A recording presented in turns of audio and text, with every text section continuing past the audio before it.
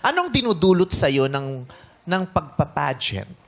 Sa akin po personally, mas nabuboost ko yung confidence ko. And then at the same time, yung mga taong nahihiya din, na-inspire ko sila kasi taong loob lang po ako ng...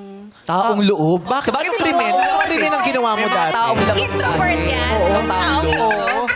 Taong loob. Napasok na sa top 5, taong loob ba? Siyempre, pinapasok ka eh. Pili ko insider to. Pasok ka sa top 5 eh. Kasi Taong napasok na sa yun. loob, tapos Taong loob. taong loob. Tapos, so, nabuboost yung confidence. Ano naman ang dinudulot sa'yo ng pagkatalo? Learnings po na mas gagalingan pa sa susunod. Yun, tama. Try lang na Hindi try. susuko. Hindi po susuko. Di ba yung yung feeling mo na, ay, talo ako, ilan ko na to, baka wala talaga akong pag-asa. Wala kang ganun. Baka kaya pa ng isa. Yes, dapat ganun. Kaya pa ng Kaya isa. pa ng isa. Tapos pag, hindi eh, kaya pa eh. Pero paano mo malalaman? Ito pala isipan sa, paano mo malalaman na dapat mo talagang isuko ang isang bagay na ginusto mo sa simula? Ayun. It's Di ba time minsan to parang quit. hindi talaga to eh.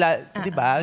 When do you know that it's time to stop? Hindi na, oh. Hindi Hindi para yan sa for you. akin to. May ganun ba o walang ganun? You shouldn't stop ba? O merong dapat isuko mo yun dahil may ibang dapat na ginagawa mo at dun ka magpursige? May ganun ka ba? Para sa akin po, habang may naniniwala sa akin, habang sinusuportahan ako ng pamilya ko, hindi ako titigil.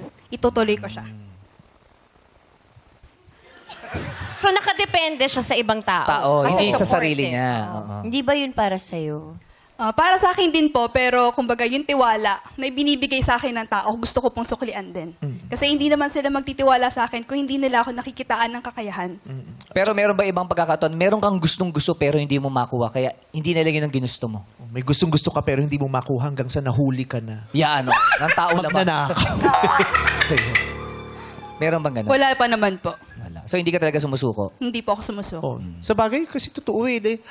Ang buhay nagbibigay siya ng napakaraming sorpresa araw-araw. Yes. Ni hindi mo naisip, akalain. hindi mo inakala, ni hindi mo pinanaginip, ni hindi mo nga ginusto eh. Correct. Pero binibigay sa'yo eh, di ba? At it offers endless possibilities and surprises every day.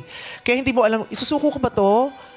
Kaya lang pag sinuko mo, paano kung ibigay bukas, sinuko mo Yes. ngayon? Yes. Di ba? Kahit ako yung showbiz ko dati, di ba kinukwento ko, sinuko ko yan eh, na hindi para sa akin yung showbiz. Lalo Para na ang nung- tagal para sa iyo eh. Lalo na nag-audition ako dun sa Jaja sa tour na the movie ng nanay mo. First time ko nag-audition, tapos hindi ako nakuha. Tapos feeling ko pahiyang-pahiya kami. Ay, no, because showbiz is not for me. Magsa-stand up na lang talaga ako. Pagkatapos yan ng Petrang Kabayo. Hindi. Bago Wala Bago pa. Wala pa. Hindi talaga ako makapenetrate. Nandun na sila Chocolate, sila Ethel Buba, sikat na sa Extra Challenge. Yes, Ako, hindi ako makapenetrate. Susuko. Pero Pero ano yung ka na. pinanghawakan mo? Ba't hindi ka sumuko? hindi ko na matandaan, tagal na. Hindi. Tapos na yung usapan. Dumating yung pagkakataon. Hindi, yung... Kasi ano Ano eh. yung Buti na lang, chance hindi na rin ako ano? sinukuan ng tadhana. Yun. Hindi ako sinukuan ng tadhana. After nun, yung... Lagi ako may imbitasyon mag-guest sa mga game shows. So, nung sige, nag-shine. mag-guest ako sa game show. Pero swerte ka dun. Hanggang sa may nakakita. Tapos binigay yung pagkakataon, nagdire-diretso. Parang dapat pala talaga mag-aantay. Timing. Hindi lang siya basta hindi lang siya basta kailangan talented ka or kailangan meron ka rin talagang pasensya. Motivation. Pasensya. Pasensya. Kaya willing to wait. Di ba yun yung Oo, madalas willing nila to sinasabi? wait. Kasi hindi mo alam kung kung kailan.